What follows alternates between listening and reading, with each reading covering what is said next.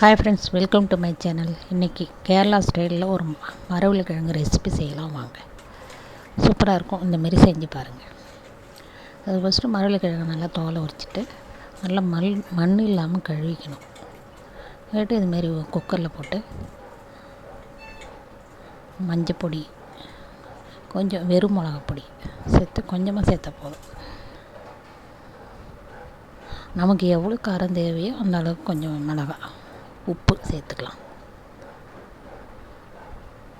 வெறும் மிளகா பொடி சேர்த்துக்கலாம், குழம்பு மிளகா பொடி எது இருக்கோ அதை நம்ம சேர்த்துக்கலாம். காரமாக வேணுன்னா நல்லா இன்னும் கொஞ்சம் கூட மிளகா பொடி சேர்த்துக்கலாம். இது இப்படி தான் இருக்கும், லைட்டாக தான் காரம் இருக்கும்.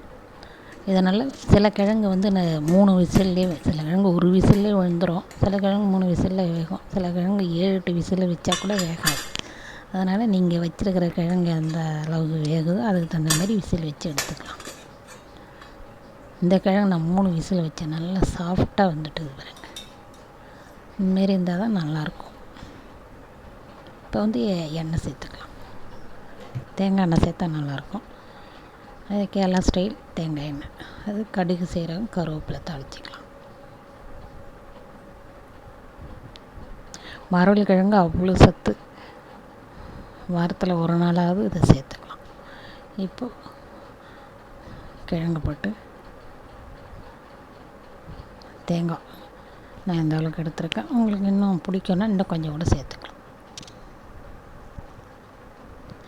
உப்பு, உங்களுக்கு காஞ்ச மிளகா கூட ஒன்று சேர்த்துக்கலாம்.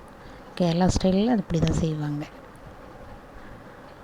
இந்த மாதிரி ஒரு தடவை ட்ரை பண்ணி பாருங்கள். சூப்பராக இருக்கும், நல்லாயிருக்கும்.